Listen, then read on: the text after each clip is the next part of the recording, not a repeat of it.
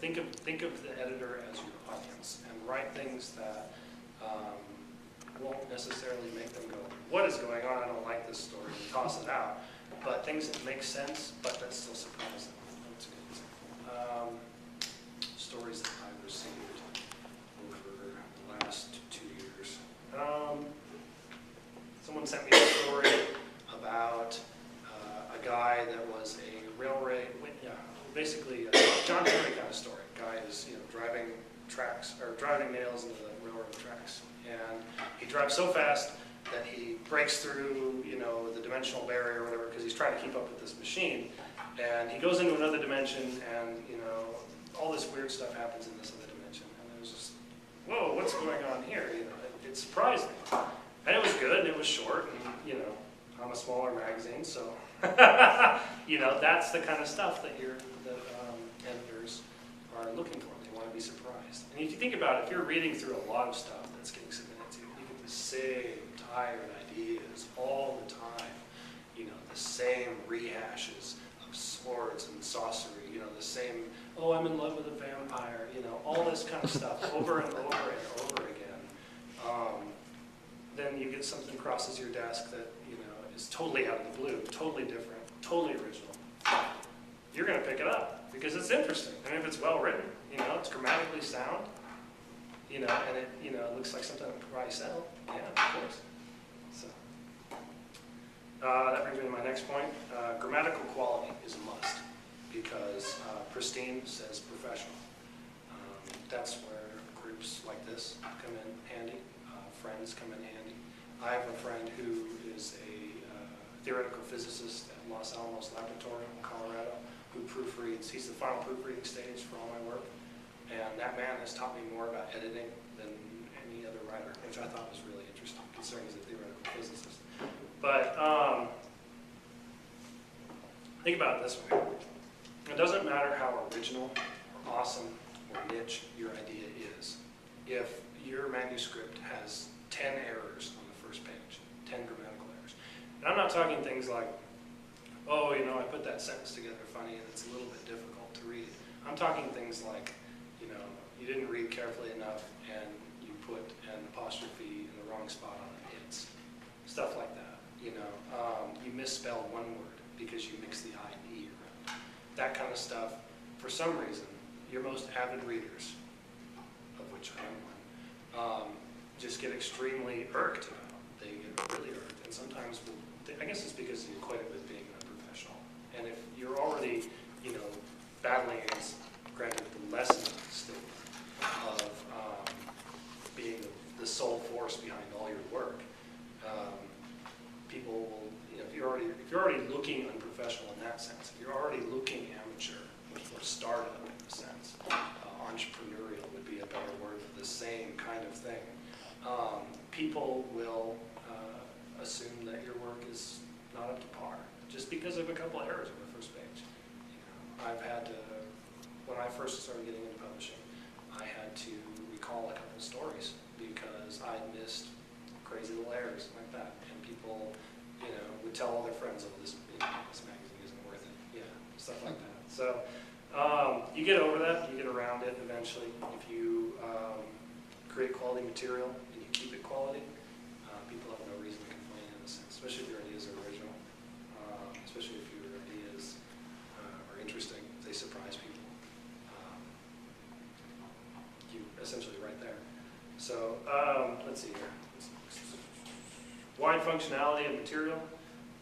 Again, going into getting it out there as much as you possibly can, in as many places as you possibly can. Like I said, notches in the belt, big reputation. The bigger your reputation, the more likely people are to buy you, including agents and editors for larger publications or larger publishing companies.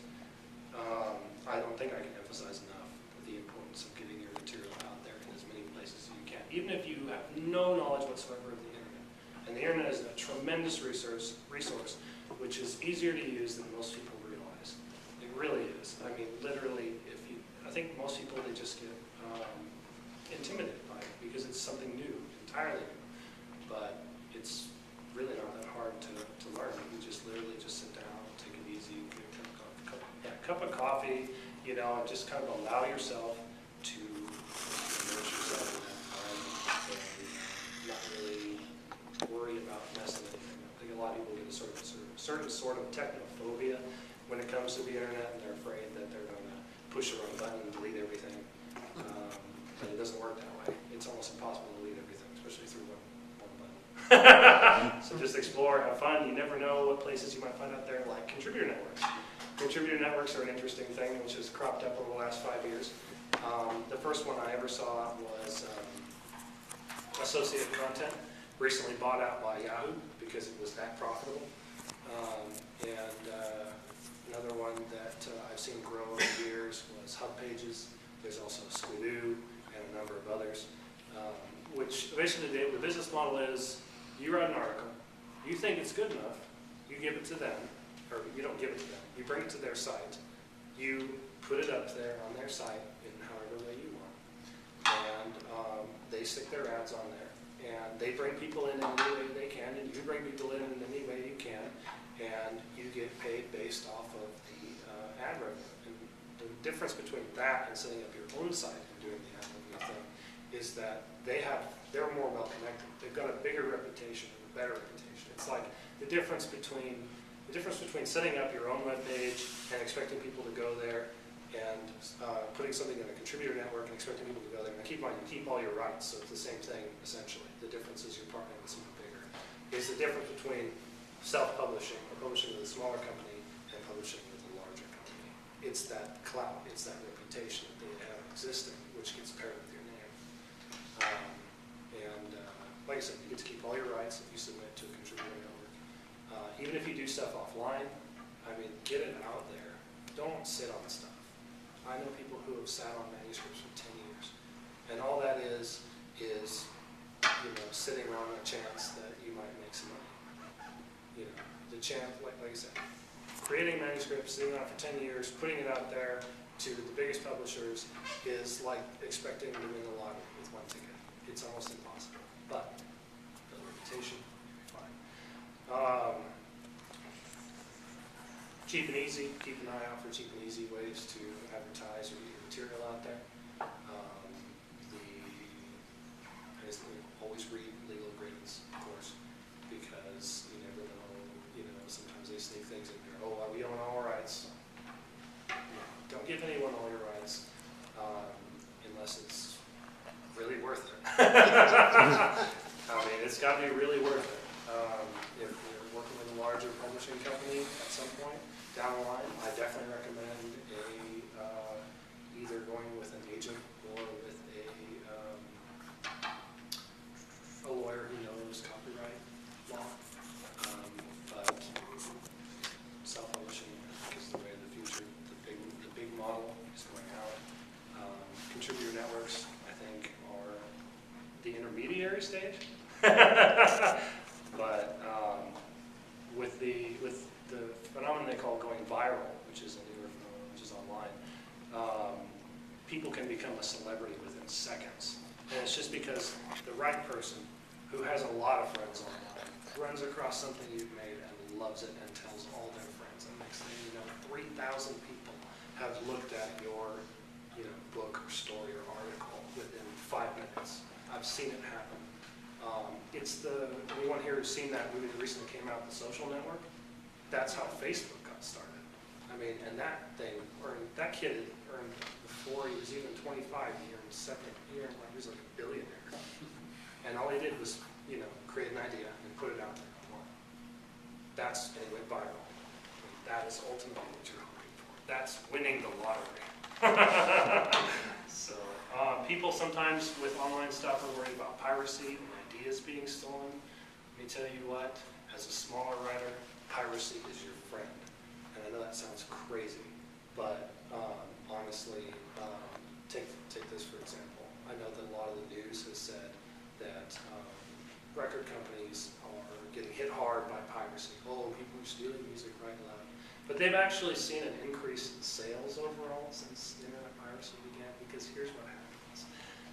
Bands that people don't know about, someone likes them and grabs their song illegally, steals their song, trades it with their friends. All their friends listen to it. friends that normally wouldn't listen to this because they didn't want to spend the $5 to buy it, or the $1 to buy the track, or the $10 to buy the album. They get to listen to it for free, and if they really like it, guess what they're going to do? They're not going to go and steal the whole album. They're going to go find the album, and they're going to buy it. Suddenly, there's a sale that wouldn't exist before. And like I said, as a small writer, piracy is your friend. You know, if you can put stuff out there for free, or I wouldn't, you know, I wouldn't take every book or everything you've written and like stick it up on a torrent site, which is like a, you know, the Pirate Bay. You know, I wouldn't do that. But let people naturally who like it, you know, grab it once in a while, because people intrinsically are good. People will not intrinsically try to, you know, short you. People will trade your book sometimes online, and you will get more fans that way, because people will go, oh, well, you know, if this book was good, I want to, you know, buy this other book. I sold 200 copies of a book that way, within 48 hours. I released it, and I put it on a bunch of sites where I knew there were people who were active pirates, and a couple people stole it and stuck it up on torrent sites. I watched the whole thing happen, and within 48 hours, I sold 200 copies, just like that.